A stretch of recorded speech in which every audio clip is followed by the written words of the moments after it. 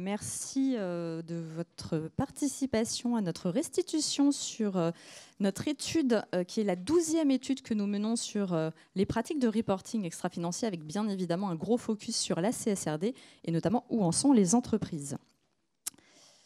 C'est une étude donc, que nous avons menée cette année en collaboration avec LCL, avec BPI France et avec le partenariat de Auré également. Pour vous présenter les principaux résultats de notre étude, nous serons 3 aujourd'hui. Moi, je suis Céline Garcin-Charcosset, je suis la directrice de la Business Line RSE chez Tenaxia. Donc, Tenaxia, nous sommes éditeurs de logiciels et cabinets de conseil sur les sujets RSE, ESG, HSE. Bonjour à tous, moi je suis Rodolphe Bernard, je suis en charge du programme LCL Smart Business, un programme d'accompagnement à la transformation de nos clients, entreprises et institutionnels de LCL, qu'on a créé il y a 6 ans et dans lequel on a labellisé des partenaires tiers comme Tenaxia pour aider nos clients à trouver les bonnes solutions pour les accompagner dans leur transition, dans leur transformation. Et pour clôturer, donc Thomas Guyot, je suis cofondateur de Trace. Trace, on a un éditeur de logiciels spécialisé dans la mesure et le pilotage d'empreintes carbone, principalement à destination d'ETI et grands comptes. Et on a très récemment rejoint l'entreprise Tenaxia. Donc voilà, je suis ravi de participer aujourd'hui à cette restitution avec eux. Très bien. Et donc, sans plus tarder, déjà un petit peu le contexte de cette étude et notre panel. Donc, nous avons eu 400 répondants. Nous interrogeons directement les responsables RSE et autres personnes en charge des reportings extra-financiers. Nous avons retenu 208 questionnaires pour la complétude des réponses. Et nous avons mené en parallèle 3 entretiens avec des entreprises qui ont accepté de répondre. Et je remercie Anne qui est ici, qui a répondu. Rapidement, voilà le panel, donc principalement des ETI. Dans notre panel, on avait 22% d'entreprises qui sont soumises dès cette année, donc avec une publication en 2025. La majorité, 63%, seront soumis l'année prochaine et on a une petite minorité de 15% qui seront soumis ultérieurement. Alors la première question qu'on a posée, c'est finalement leur degré de connaissance sur la CSRD. C'est un sujet qui est complexe. On avait déjà posé cette question l'an passé et nous avions eu 45% des entreprises qui nous avaient dit être relativement bien informées, alors que l'échéance approchait. Là, ça a monté. On est à 65%, donc on voit que tous les guides qui ont été publiés, que ce soit par les institutionnels comme l'EFRAG, l'ANC, le H2A, et également par tous les entreprises privées telles que Tenaxia, servent aussi à acculturer les entreprises sur ce sujet ô combien complexe parfois de la CSRD. On constate que malgré tout, bien informés, mais encore pas mal de doutes subsistent, notamment sur les modalités de l'audit. C'est vrai que c'est un sujet qui est très récent et on a vu ces dernières semaines des publications sur finalement quelles vont être les modalités de l'audit. Et puis, encore aussi beaucoup de doutes sur le fond et la forme d'un rapport de durabilité qui va être très prochainement adressé par les entreprises.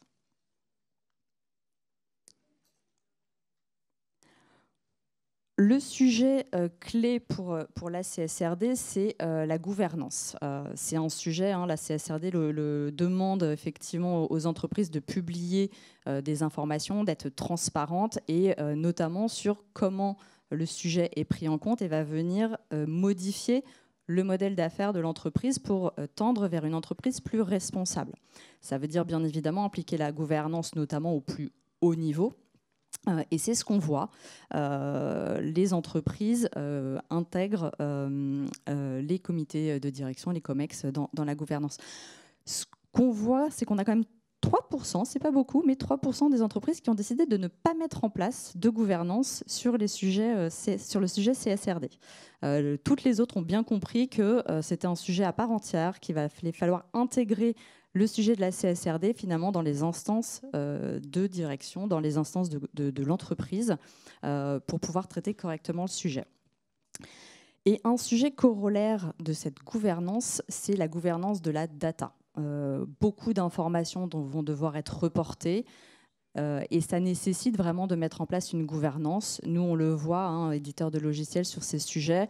On a des entreprises qui finalement viennent nous voir en disant j'ai besoin de reporter de la data, aidez-nous à collecter la data. Et c'est vrai que parmi les premiers sujets qu'on pose, c'est finalement quelle est votre gouvernance, où sont vos data, qui reportent, à quel niveau c'est validé, qui est responsable. Et on n'a pas toujours de réponse. Donc on accompagne aussi les entreprises sur ce sujet parce qu'en fait, c'est, on va dire, une gouvernance à part entière maintenant, la gouvernance de la data. C'était moins un sujet auparavant, mais maintenant, ça devient vraiment un sujet clé pour les entreprises. Peut-être, Solène, si tu me permets un petit complément, c'est d'autant plus important que toutes vos parties prenantes sont en attente de cette data, et en particulier vos banques. Puisqu'on a nous-mêmes pris un certain nombre d'engagements au travers notamment de la charte Net Zero Banking Alliance que le Crédit Agricole et sa filiale LCL ont signé en octobre 2021, qui nous amène à devoir nous-mêmes être net zéro en 2050 en intégrant le poids carbone de nos encours de crédit client et de collecte client. Autrement dit, demain, votre carbone devient notre carbone. Et si on n'a pas cette pesée, si on n'a pas cette mesure, si on n'a pas ces données, on ne pourra pas faire notre métier correctement pour pouvoir trouver le bon prix de nos crédits et la bonne allocation d'actifs pour vous aider à passer du brown au green dans les meilleures dispositions et avec les meilleurs outils de reporting. Donc voilà, le message qu'on voulait passer aussi aujourd'hui, c'est il faut avoir une gouvernance. On voit que c'est en train, sur ces sujets-là, au plus haut niveau, oui, bien sûr. Et en particulier, on reviendra juste après sur le rôle des directions financières sur ces thématiques-là qui est clé, mais aussi une gouvernance de la donnée pour ne pas faire l'erreur que font pas mal de nos clients, ce qu'on voit en ce moment, à travailler le volet un peu conseil, et c'est important de le faire, et à délaisser ce sujet de la data comme étant un sujet ultérieur. Grave erreur vue de notre fenêtre. Commençons en parallèle le sujet de la data, et en fait, il facilite aussi le reste finalement. Et peut-être également pour ajouter un point sur cette gouvernance de données par rapport au carbone, que je connais bien, c'est d'autant plus vrai pour la mesure de l'empreinte carbone et notamment du scope 3 pour les différentes personnes dans la salle qui se sont déjà prêtées à l'exercice. On va devoir collecter des données en masse extraites des ERP pour récupérer vos achats, vos données énergétiques, vos flux logistiques qui peuvent représenter des milliers, voire des millions de données pour certaines entreprises qu'on va récupérer auprès de plusieurs entités, parfois plusieurs pays, sur des systèmes parfois différents. Et lorsqu'on n'a pas la bonne gouvernance de données pour récupérer tout ça, ça peut prendre des mois et des mois pour récupérer une donnée fiable. Merci. Oui. Et juste un mini complément, pour ne pas penser qu'il n'y a que le carbone qui sera important, c'est toutes vos données CSRD qui vont être analysées, tous les ESRS, puisqu'on va prendre du rating extra-financier dans nos process de notation et d'octroi de crédit. Donc et nous-mêmes, on pourra corréler, on sera les mieux placés en tant qu'établissement financier qui avons vos performances financières dans le passé pour benchmarker les bons chasseurs et les mauvais chasseurs, pour ceux qui connaissent un peu cette référence historique et qui ont probablement plus de 40 ans dans cette salle. Voilà, donc effectivement, la gouvernance de la data, c'est important et c'est important de commencer tôt à y penser parce que dans des entreprises qui sont un peu grandes, ça peut rapidement être un sujet complexe. Ce qu'on voit d'ailleurs, c'est qu'on a posé la question de où se trouve la donnée en majorité. Et ce qu'on constate, c'est qu'on a encore plus d'un tiers des entreprises qui ne savent pas encore où se trouve une partie des données. Donc en fait, on sait un certain nombre de flux, mais pas tous. Certaines données sont dans des systèmes d'information existants, d'autres parfois on voit que c'est encore dans du Excel, parfois c'est des données papier, enfin des fichiers papier. Donc c'est encore un sujet où il n'y a pas encore beaucoup d'harmonisation. Et donc il y a vraiment un besoin de mettre en place cette gouvernance de la donnée. On voit que 26% des entreprises stockent une majorité de leurs données dans des systèmes d'information. Donc ça veut dire qu'il y en a beaucoup qui n'ont pas encore mis en place tous les systèmes d'information qui sont nécessaires. On voit aussi que parmi celles qui n'ont pas encore choisi de solution logicielle, on a quand même 72% qui ont confiance dans la fiabilité de la donnée. Ça veut dire que plus d'un tiers des entreprises qui n'ont pas de logiciel ne font pas confiance à la fiabilité de la donnée parce que ce n'est pas le tout de la collecter, mais il faut qu'elle soit fiable, traçable, et ça, ce sera demandé par l'auditeur notamment.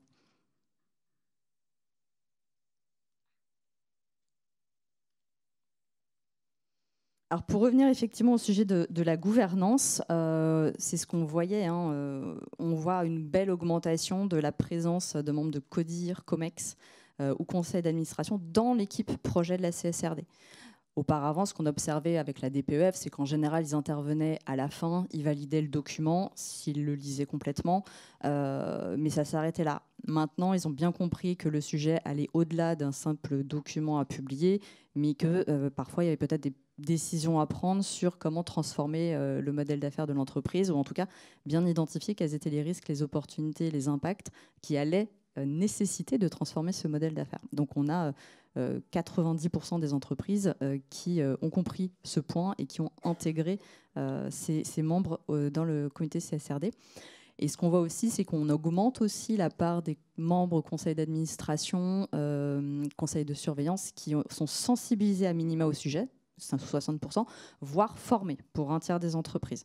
Donc c'est bien qu'ils soient dans les équipes projets, c'est encore mieux s'ils sont sensibilisés et formés complètement sur ces sujets, parce que, voilà, comme on l'a dit, il y a beaucoup de sujets, un peu de complexité, des sujets qui sont très transverses, donc une bonne connaissance peut être assez indispensable.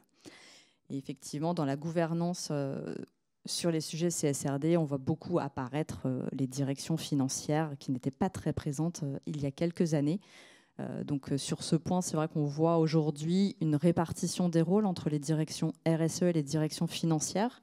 Les directions financières étant plutôt habituées à faire de la collecte de la data, de la fiabilisation de la donnée, c'est vrai qu'elles s'emparent plutôt du sujet collecte de la data, tandis que les directions RSE vont s'emparer de faire vivre les sujets en interne, d'aider bien évidemment à mettre en place la CSRD avec les étapes préalables comme l'analyse de double matérialité, mais les DAF s'emparent vraiment du sujet.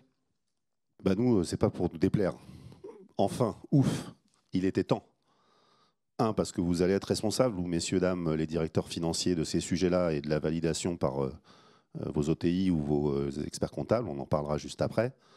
Et 2, parce que c'est souvent vous qui avez quand même une clé de lecture et d'analyse ensuite et de décision sur les investissements liés ensuite au plan d'action de ce qui en sort de cette CSRD. Et pour nous, dans notre dialogue stratégique de banquiers conseils sur ces thématiques-là, c'est très riche et très porteur. Donc venez en parler à vos banquiers de cette thématique-là si eux-mêmes ne font pas l'effort, mais je pense que vous l'avez commencé à le sentir de le faire.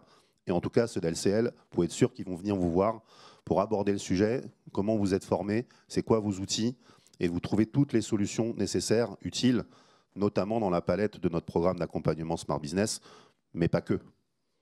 Donc vraiment, ayez cette démarche, ayez cette proactivité aussi à leur niveau pour évoquer ces sujets-là, pour qu'ils rencontrent vos responsables RSE, et qu'en team, finalement, on soit tous ensemble pour vous trouver les meilleures solutions, les petits tips, comme on dit un peu dans le marché, pour faire les bons choix et pas vous tromper, bénéficier des retours d'expérience des autres clients dans vos secteurs d'activité qu'on connaît parfaitement bien, et avancer ensemble, quoi. Ce qu'on voit aussi d'intéressant, c'est dans la gouvernance de la CSRD, on voit aussi, alors très doucement, 7% des entreprises qui ont inclus aussi les achats. C'est intéressant parce que ça anticipe en gros la future CS3D, donc la future directive sur le devoir de vigilance qui va arriver d'ici 2-3 ans pour les entreprises, et aussi parce que la CSRD demande d'aller regarder ce qui se passe aussi dans sa chaîne de valeur. Ce qui veut dire aussi au niveau des achats. Donc on voit une petite émergence des directions achats dans ces équipes projets CSRD. Mais c'est un début, je pense que ça va augmenter. Alors, au niveau de l'audit, on a aussi posé la question de finalement quel type d'auditeur les entreprises allaient faire appel. On voit aujourd'hui finalement une prédominance des CAC au détriment des OTI. Donc seulement 14% des entreprises envisagent de faire appel à un OTI versus les CAC. Souvent, c'est expliqué par un souci de simplicité. Finalement, on a déjà des CAC financiers en place qui sont en train de se former sur le sujet extra-financier. Donc, on va garder les mêmes pour qu'ils adressent les deux sujets en même temps. Ouais, moi, juste une petite remarque par rapport à ça. On a beaucoup de clients qui sont des experts comptables, des OTI, on connaît bien ce monde-là. C'est nos partenaires en général, et s'ils ne sont pas clients, ils sont prospects, et ils nous intéressent tout autant, puisqu'ils ont accès en plus aux clients entreprises finaux. Ils sont très mobilisés pour se former en urgence sur ces sujets-là. C'est un énorme relais de croissance pour eux aussi, dans une activité qui est un peu attaquée dans leur métier du chiffre, notamment par les sujets de l'IA. Mais les niveaux de formation sont quand même, ce qu'on constate, assez disparates. et les nombres d'heures de formation sur ces sujets-là, pour être capable ensuite d'être OTI, en tout cas, on peut en discuter. Et donc, soyez vigilants, le conseil qu'on peut vous donner sur le choix que vous ferez sur cet acteur-là, qui est un acteur important, qui vous doit du conseil, première chose. Et donc, appuyez-vous sur lui aussi pour vérifier sa capacité de conseil un peu en amont. Il n'y en aura peut-être pas pour tout le monde à la fin, parce que tout le monde a besoin de se faire auditer, et il faut s'y prendre tôt. Et puis, le deuxième conseil, n'attendez pas d'eux qu'ils soient finalement vos conseils à la fin de l'histoire sur la qualité de vos chiffres et de vos données et de vos outils. Là aussi, renversez le modèle, commencez par travailler la gouvernance de la donnée, la qualité de la donnée, le choix des outils qui vous permettront de monitorer cette donnée. Et finalement, comme on dit chez ma fille de 16 ans, ça va passer crème à la fin. Effectivement, anticiper, c'est important. Les auditeurs, voilà, les guides pour savoir quelles modalités d'audit ils vont devoir appliquer sont en train de sortir, donc à la fois au niveau européen et au niveau français. Donc on va aussi se plonger dedans côté conseil pour regarder ce qui va être demandé. Mais c'est important de commencer à travailler sur son sujet et de commencer à discuter aussi avec ses auditeurs sur les différentes questions qu'il peut y avoir, s'ils sont déjà nommés. Et sinon, il va être rapidement urgent de les nommer. Et pour votre information, on fait une table ronde cet après-midi avec des auditeurs. Donc si vous avez des questions à poser à des auditeurs, n'hésitez pas à venir, ils seront ravis de répondre. Sujet très important sur la CSRD, c'est la double matérialité. Pour rappel, la double matérialité, c'est vraiment le socle de futurs rapports de durabilité. C'est cet exercice qui va finalement déterminer à peu près tout. C'est cet exercice qui va déterminer sur quoi on va devoir reporter, les informations à publier, les sujets qui finalement vont devoir être pris en compte dans le modèle d'affaires. Donc c'est vraiment un sujet très important. Ce qu'on a vu, alors on a interrogé les responsables RSE notamment, c'était plutôt en juin, donc j'espère que ça a un petit peu avancé, car on voyait qu'il y en avait qui n'avaient pas encore du tout avancé sur le sujet, bien que certaines de ces entreprises publient en 2025 sur l'exercice 2024. Donc je pense que parfois certaines entreprises n'ont pas identifié l'importance de cette thématique de double matérialité comme socle finalement du rapport de durabilité. C'est un sujet qui est aussi audité, la méthodologie qui va être utilisée. On commence à avoir des retours des auditeurs et on voit qu'effectivement ils sont très attentifs à la méthodologie utilisée, au respect des consignes de la CSRD. Et sur la manière de faire, on voit qu'un certain nombre effectivement d'entreprises passent plutôt par des cabinets extérieurs. Ce qui est intéressant de voir, c'est que quand on prévoit de travailler sur le sujet, on a une proportion plus importante qui se disent qu'ils vont le faire en interne. Nous, on l'a constaté. Certains nous ont dit accompagnez-moi, mais je vais le faire. Et puis au bout de quelques réunions, on se dit non mais en fait vous pourriez le faire quand même, parce que voilà, si on veut être sûr de passer l'étape de l'audit, notamment sur la méthodologie, c'est important de travailler avec un cabinet qui a une méthodologie éprouvée. En interne, c'est pas sûr que l'auditeur soit beaucoup plus souple avec vous que si vous êtes passé par un cabinet extérieur. Moi je confirme, on constate ce que tu racontes, mais simplement peut-être un complément au niveau qualitatif. Ne prenez pas ce sujet de la double matérialité comme une obligation réglementaire. Prenez-le comme une vraie opportunité de définir correctement votre why, l'essence même de pourquoi votre entreprise est là et va rester là dans 100 ans. Et on voit beaucoup d'entreprises qui ne font pas ce travail-là. Elles auront un très beau rapport de durabilité probablement à la fin, et elles auront probablement, si elles font le job sur la gouvernance de la donnée, le fameux tampon, mais elles n'auront pas profité ensuite du rebond commercial, de l'amélioration des charges et de l'amélioration de la rentabilité finale, et encore moins probablement des évolutions en termes de qualité de vie au travail de leurs collaborateurs. Effectivement, j'ai une étude en tête qui avait interrogé des dirigeants d'entreprise, et je crois que c'est 70% qui disaient que s'ils ne prenaient pas en compte l'ESG maintenant, dans 10 ans, ils n'existaient plus. Donc autant faire de cet exercice imposé de double matérialité et publication une vraie opportunité. Alors, les entreprises mettent parfois un petit peu de temps à le comprendre, mais en général, les responsables RSE en interne portent ce message et ça finit par diffuser. Une fois qu'on a réalisé son analyse de double matérialité, on a des sujets sur lesquels il va falloir publier. l'étape d'après, c'est de regarder, finalement, je dois publier des informations, mais qu'est-ce que j'ai déjà d'existant? Donc c'est l'étape d'après, c'est ce qu'on appelle l'analyse d'écart ou le gap analysis. Et de la même manière, on voyait que pas mal d'entreprises s'étaient déjà emparées du sujet, avec comme conclusion donc une des entreprises avec lesquelles on a échangé, qui nous disait qu'en fait, là, ils se rendent compte vraiment dans cette étape-là de l'écart entre finalement ce qu'on collectait avant, ce qu'on suivait, et puis la granularité qui est demandée maintenant par la CSRD. Ça va plus loin souvent que ce que les entreprises collectaient et pilotaient auparavant.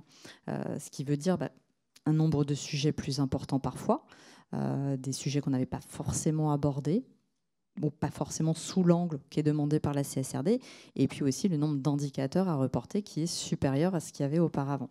Donc c'est aussi une étape vraiment clé, cette étape de gap analysis, et de le faire de manière précise.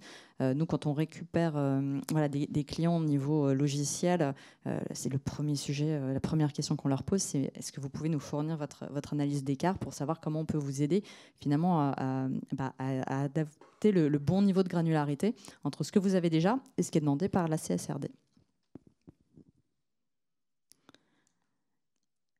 Et alors justement, Thomas, les résultats de ces analyses de double matérialité, ça donne quoi? Alors, quels sont les ESRS identifiés comme matériels chez les répondants?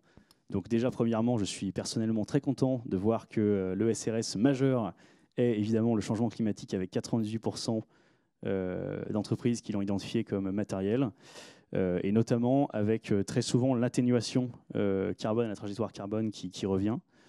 Également, sans surprise, on va retrouver en seconde position donc le SRS S1 lié à la main-d'œuvre de l'entreprise, et notamment avec les conditions de travail et le temps de travail qui ressort fréquemment. Et ensuite, on va retrouver le premier ESRS sur la gouvernance, et ainsi de suite. Économie circulaire, consommateur. Là, à partir de cet ESRS, on voit une baisse sur les employés de la chaîne de valeur, également la biodiversité, qui a quand même les 2/3 d'entreprises qui l'ont identifié comme matériel, notamment avec une mesure de l'impact sur l'état des espèces et l'impact sur l'étendue de l'état des écosystèmes. Effectivement, un sujet qui est identifié comme clé pour beaucoup, mais pas encore dans les analyses de double matérialité. Voilà, donc comme on l'a évoqué, aujourd'hui, on a 98% des entreprises qui ont identifié le SRS E1, changement climatique, comme matériel, avec la trajectoire carbone qui est très fortement citée par les répondants. Et si on passe à la slide d'après, donc une des slides que j'ai préférées dans ce document, c'est effectivement l'évolution du nombre d'entreprises qui calculent leurs émissions indirectes, donc leur scope 3, entre 2018 et 2024.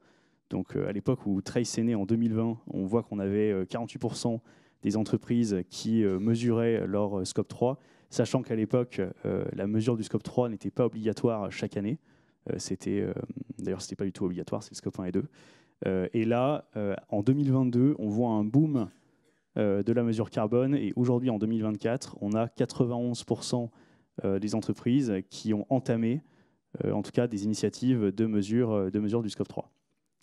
Avec, en 2021, déjà 71% des entreprises qui s'étaient engagées dans un parcours visant à réduire leur empreinte carbone, et en 2023, 13% désormais des entreprises qui ont une trajectoire conforme et validée par le SBTi. Nous, c'est vers ça qu'on veut vous pousser. Bien sûr que bravo déjà, et merci de vous être pesé. Ou si vous ne l'avez vraiment pas fait, là, urgence de le faire comme il faut. Mais on veut surtout que vous vous projetiez sur des trajectoires bas carbone qui correspondent aux ambitions des accords de Paris.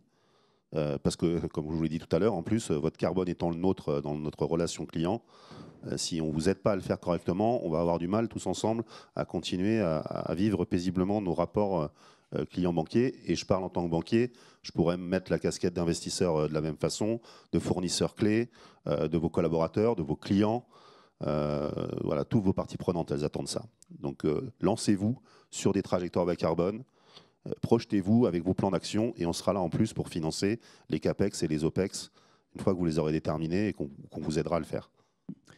peut-être juste un mot sur cette augmentation fulgurante de la mesure des émissions indirectes. C'est très probablement lié à l'obligation, depuis le 1er janvier 2023, de déclarer toutes les émissions indirectes significatives qui a d'abord été imposée par la DPEF et qui maintenant va être complètement partie prenante intégrante de la CSRD et donc qui pousse toutes les entreprises à mesurer l'empreinte carbone sur les 3 scopes.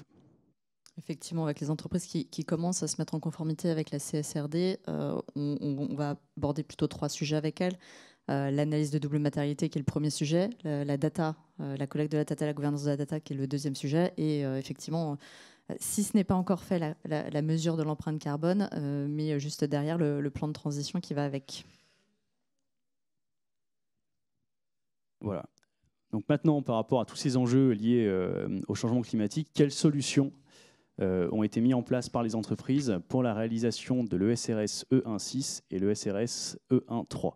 Donc pour traduire ce langage, l'ESRS E1.6, c'est la réalisation d'un bilan carbone annuel, et l'ESRS E1.3, c'est la mesure, la modélisation de l'impact du plan d'action, que ce soit un impact carbone, de combien de millions de tonnes de CO2 ce plan d'action va me permettre de réduire, et également financier, combien va me coûter ce plan d'action en termes de CAPEX, OPEX. Aujourd'hui, on voit que pour le bilan carbone, donc le SRS E1.6, on a quand même 50% des entreprises qui réalisent encore cet exercice en externe, principalement via des cabinets de conseil. On a désormais 24% des entreprises qui s'équipent de solutions logicielles pour réaliser cet exercice, et 20% d'entreprises qui le font via des outils non spécifiques, donc très souvent Excel, et 10% qui ne le font pas. Et sur la partie plan d'action, donc là, c'est beaucoup plus équilibré. On a seulement 27% des entreprises qui vont le faire via un cabinet de conseil, 16% via des solutions logicielles dédiées comme les nôtres, et très souvent, et ça, c'est vrai qu'on le voit encore beaucoup, via Excel. Donc les entreprises aiment bien avoir encore leurs fichiers, leur propre méthodologie pour réaliser les mesures et le suivi de ces plans d'action.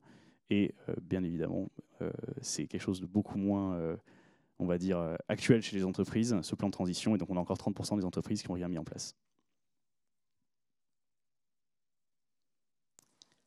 Voilà, et donc pour continuer sur les ESRS, donc au niveau des ESRS matériels, un petit zoom sur le S1, donc la main-d'œuvre de l'entreprise. Alors moi, ce qui m'a le plus surpris, c'est pas forcément le 91%, mais c'est plus le 9% d'entreprises pour qui la main-d'œuvre est non matérielle.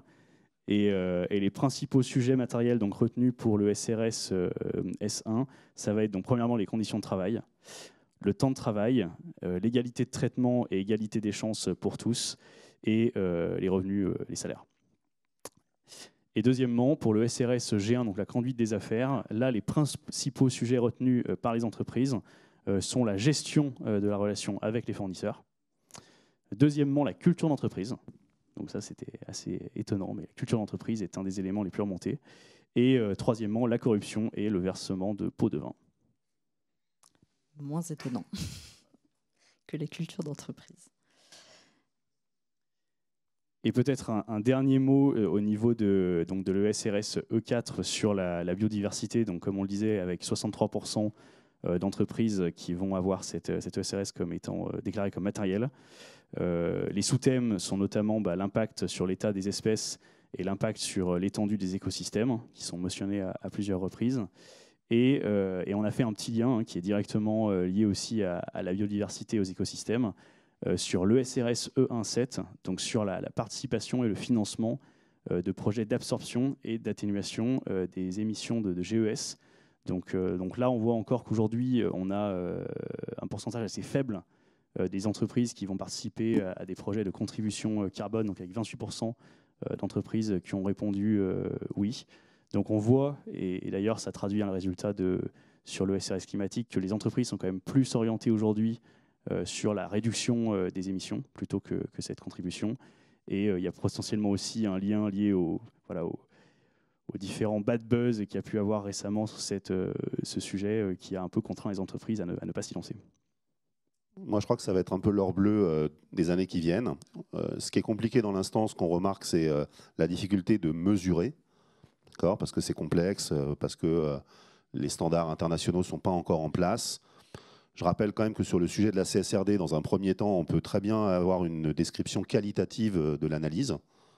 Et donc, le conseil qu'on donnerait, nous, en tout cas, c'est déjà de commencer à participer au sujet, à réfléchir en interne, évidemment, parce que c'est quelque chose qui est très engageant pour vos collaborateurs en général et qui amène de l'engagement dans la durée.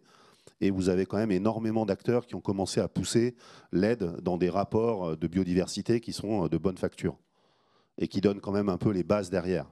Et je pense que c'est un sujet qui, notamment avec la CSRD, va permettre de se normer. Nous, on l'attend aussi beaucoup dans le cadre de nos financements à impact, pour lesquels aujourd'hui, les covenants ESG sur les sujets de biodiversité sont rares parce qu'ils sont compliqués à suivre dans le temps et à amener des trajectoires très claires, alors que le carbone, c'est déjà très mature. Mais ne tardez pas non plus sur le sujet, parce que c'est un sujet qui parle au sujet des collaborateurs et du H humain caché de la RSE. Oui, il y a un vrai lien aussi entre biodiversité et changement climatique. Donc c'est vrai que c'est aussi très intéressant finalement d'aborder les deux sujets, idéalement en même temps. Après, ça peut être complexe, mais c'est des sujets à traiter en même temps. Alors, on a posé une question finalement un peu récapitulative qui était finalement la CSRD, c'est quoi? Est-ce que c'est une bonne nouvelle, une mauvaise nouvelle? En gros, ce qu'on voit, c'est que alors, ça demande une mobilisation importante de ressources financières et également un petit peu pardon, humaines, mais également un peu de ressources financières. Donc là, on va dire plutôt pas forcément toujours une très bonne nouvelle. En revanche, beaucoup déclarent que c'est quand même un point très positif parce que ça va vraiment aider à améliorer le pilotage de la performance de l'entreprise, performance au sens large, pas uniquement performance financière, mais avec un lien non négligeable quand même. Et puis, ça va aussi permettre aux entreprises, ce qu'on disait tout à l'heure, de commencer à repenser leur modèle d'affaires pour être plus résilients et donc être toujours là finalement dans 10 ans. Donc, ça devient un sujet important. On voit d'ailleurs que dans certaines entreprises, les responsables RSE deviennent des responsables stratégie RSE, stratégie et RSE, pardon. Donc, où il y a vraiment un enjeu qui est au-delà de faire un joli rapport RSE dans un coin. Et puis, comme tu le disais, Rodolphe, il y a aussi un sujet d'attractivité, que ce soit auprès des ressources humaines, des clients, des investisseurs. Donc, ça a aussi des co-bénéfices non négligeables. Donc, certes, ça prend du temps, ça demande des ressources. Toutes les entreprises n'étaient pas forcément préparées à ça. Il y a un petit temps d'adaptation à avoir, mais l'objectif, c'est vraiment d'en faire une opportunité à terme. Et c'est d'ailleurs l'ambition de l'Europe quand ils ont mis cette réglementation en place.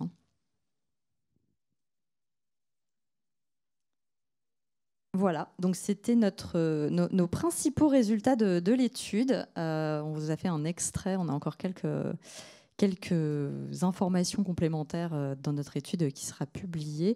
Maintenant, si vous avez des questions pour l'un d'entre nous sur ce que vous venez de voir, n'hésitez pas, un micro peut circuler. Pensez à poser votre question dans le micro, de façon à ce que la captation vidéo qui est faite permette de l'entendre. Bonjour, en fait j'avais une question concernant, on s'occupe du déploiement CSRD dans mon groupe et il y a un gros souci, c'est par rapport à la chaîne de valeur, c'est-à-dire comment on fait pour nos prestataires externes, internes, au niveau des clients, déjà que c'est compliqué en interne d'avoir l'ensemble de nos données, de récupérer, de leur poser des questionnaires qui sont très compliqués pour eux, sachant que ce sont des petites ETI, des petites PME. Bon. Alors la chaîne de valeur, c'est un gros souci dans les ESRS, je trouve. Comment on peut trouver une solution pour que ce soit un peu plus fluide et efficient? Alors, je pense que vous avez sans doute vu qu'il y a une transposition, bon, j'ai plus le terme, un délai possible, c'est-à-dire que pour la première année, vous pouvez publier du qualitatif. Donc déjà décrire finalement quels sont les risques, impacts, opportunités dans votre chaîne de valeur. Et vous avez 3 ans pour aller chercher de la data.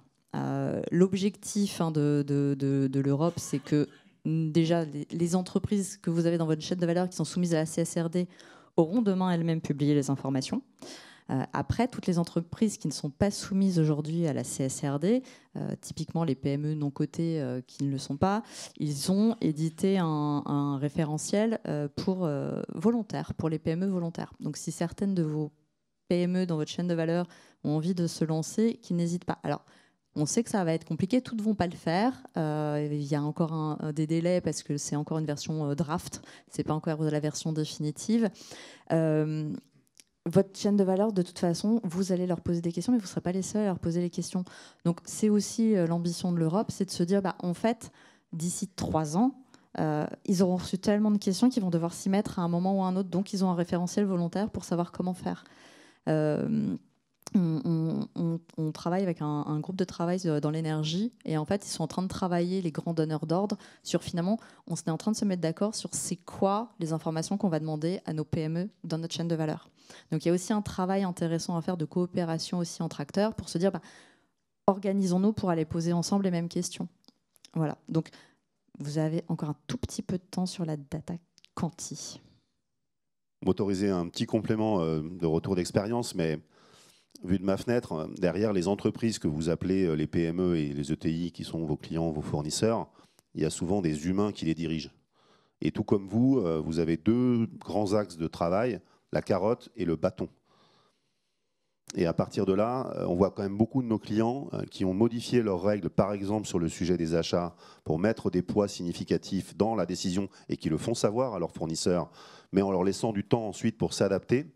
Et puis vous avez aussi un volet des outils qui, par exemple, sur la difficulté du scope 3 que tout le monde, je pense, rencontre, du calcul du facteur d'émission propre du produit et service qui vous est vendu par votre fournisseur, permettent maintenant en quelques clics et pour 0 € ou très peu d'argent de le calculer de façon fiable et de façon massive, et puis ensuite d'inciter via pourquoi pas aussi le banquier de ces clients-là, et s'ils n'en ont pas des bons comme nous qui viennent nous voir aussi au passage, on sera ravis de discuter avec eux pour les équiper eux-mêmes. Et parce que les dispositifs publics de subvention aujourd'hui sur ces sujets-là, je pense notamment à BPI et décarbonation, sont là pour ça, pour que le frein du prix n'en soit plus un, et en tout cas qu'on puisse plus nous le retourner comme étant c'est pas possible en fait. Donc il y a de quoi faire de l'incentive et puis de quoi aussi modifier les règles un peu structurantes et un peu contraignantes pour inciter dans le temps les brebis égarées à revenir vers le droit chemin. Oui, merci pour cette restitution. Étant associée d'un cabinet sur les achats responsables, effectivement, je suis choquée de voir qu'il y a quand même 40% des entreprises, vous l'avez dit, pour qui c'est pas matériel, le SRS sur les travailleurs de la chaîne de valeur. Bon, la bonne nouvelle, c'est qu'il y en a 60% pour qui ça l'est. Est-ce qu'elles vous ont un petit peu expliqué comment elles font le lien, peut-être avec des exercices de cartographie des risques RSE, des achats, voilà, ou d'autres moyens pour justement nourrir la réponse à cette ESRS? Merci. Alors aujourd'hui, c'est vrai qu'on n'a pas allé interroger sur ce point-là en particulier dans notre étude, mais effectivement, c'est un sujet qui est important. Après, c'est vrai que c'est aussi un sujet sur lequel il y a un petit peu de délai possible pour communiquer de l'information. Donc je pense que certaines ont aussi pris le sujet comme ça en disant on va botter en touche pour l'instant et on verra un petit peu plus tard. Mais c'est ce que je dis aussi dans la gouvernance en fait, de la CSRD, en fait, 7% des entreprises ont mis un directeur ou un responsable achat. C'est encore un peu faible par rapport aux futurs besoins CS3D. Je pense qu'aujourd'hui, les entreprises n'ont pas encore anticipé la CS3D, clairement, à part celles qui étaient déjà soumises au devoir de vigilance, mais c'est une poignée d'entreprises. Et je pense que ça va être le sujet après la CSRD, ça va être la CS3D.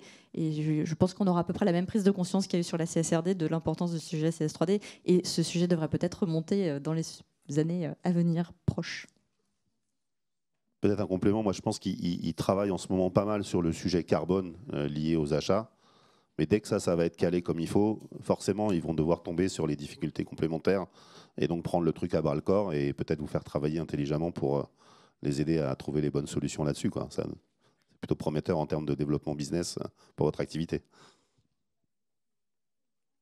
Bonjour.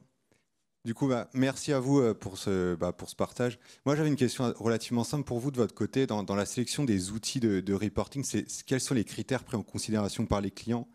Dans le sens où, quand moi j'échange avec les DSI, plusieurs questions se posent. C'est à la fois la consommation actuelle des données est-ce que à quoi vont servir? Et à l'avenir, on peut se poser la question, on veut consolider ces données pour une performance plutôt globale, vous l'avez dit. On peut anticiper, par exemple, la mise en place d'une comptabilité multicapitale qui commence à se dessiner, on le voit, à 5 ou 10 ans. Alors effectivement, sur la sélection des outils, ce qu'on voit, c'est qu'il y a plusieurs critères qui sont recherchés. Après, ça dépend aussi de la maturité de l'entreprise, si c'est des outils qu'elle avait depuis déjà existants ou si elle commence à chercher le sujet. Quand elle cherche un outil de reporting, alors à l'heure actuelle, elle cherche aussi... Ce sont des entreprises qui s'engagent pour plusieurs années sur des outils, donc c'est quelle est la pérennité long terme de l'outil. Et puis après, ça va être sur des fonctionnalités, beaucoup de questions sur l'auditabilité, la traçabilité, la fiabilisation de la donnée. Ça va être très regardé par les auditeurs, on le sait. Donc avoir vraiment mis en place toute cette capacité de remontée d'informations sur finalement... sur telle entité, ils ont changé telle donnée, c'est telle personne qui a changé à tel moment en expliquant comment, pourquoi. Donc ça va faire partie des critères vraiment importants. Je pense qu'on va avoir d'autres critères sur, après plus l'ergonomie, mais ça c'est plus, ça dépend des entreprises. Thomas, tu avais l'air de vouloir dire. Non, j'allais justement rebondir sur son point, sur l'auditabilité. C'est quelque chose qui revient de plus en plus souvent, et notamment parce que de plus en plus d'entreprises sont en train de faire leur premier audit de données ESG. Et donc souvent, elles prennent rendez-vous avec nous, et clairement, elles ont fait un audit via les différents Excel qui étaient répartis dans les différents fichiers de l'entreprise, et ils s'arrachaient les cheveux. Et en fait, une des premières demandes sur l'outil, c'est demain, l'auditeur vient, je vais lui passer les clés de l'outil, il va dans l'outil et il peut auditer toutes les données. Ça, c'est un premier élément. Le deuxième élément, qui est important, mais qui est finalement qui est assez nouveau, c'est la volumétrie de data. Parce que comme on est sur un sujet qui est relativement nouveau pour les entreprises, elles ont du mal à imaginer et à quantifier le nombre de données qu'on va devoir importer dans la solution. Est-ce que c'est tous les ans? Est-ce que c'est tous les mois? Et donc souvent, on va choisir un outil. On ne va pas imaginer que derrière, en fait, on a 2 millions de données à rentrer par an, et que si l'outil n'est pas hyper robuste d'un point de vue puissance, il peut planter au bout de 2 ou 3 mois.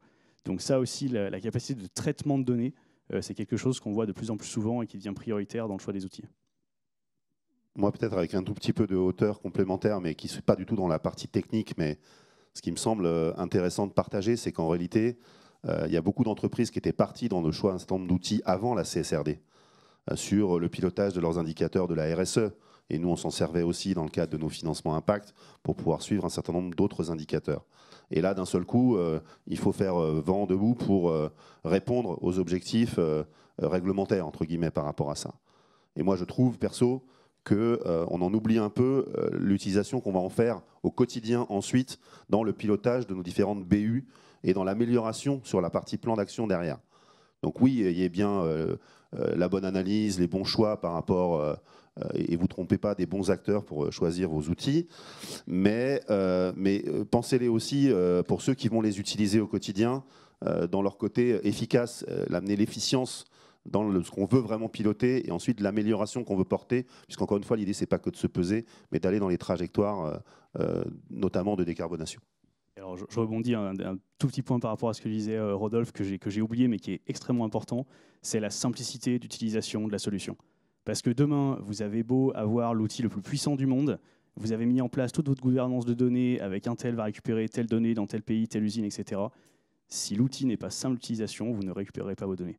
Et donc l'exercice ne sert à rien. Donc ça, c'est aussi un point qui est extrêmement important, c'est de se dire, est-ce que demain, je me sens capable de donner cet outil, de mettre dans les mains de mes opérationnels cet outil de collecte de données. Je crois qu'on n'a plus le temps pour des questions. Nous devons rendre le plateau. Non, on n'a plus le temps, mais on peut poursuivre les échanges sur les stands 245, 247 si vous voulez poser des questions à nos intervenants. Merci à vous tous. Merci de votre écoute. À bientôt. Merci à tous.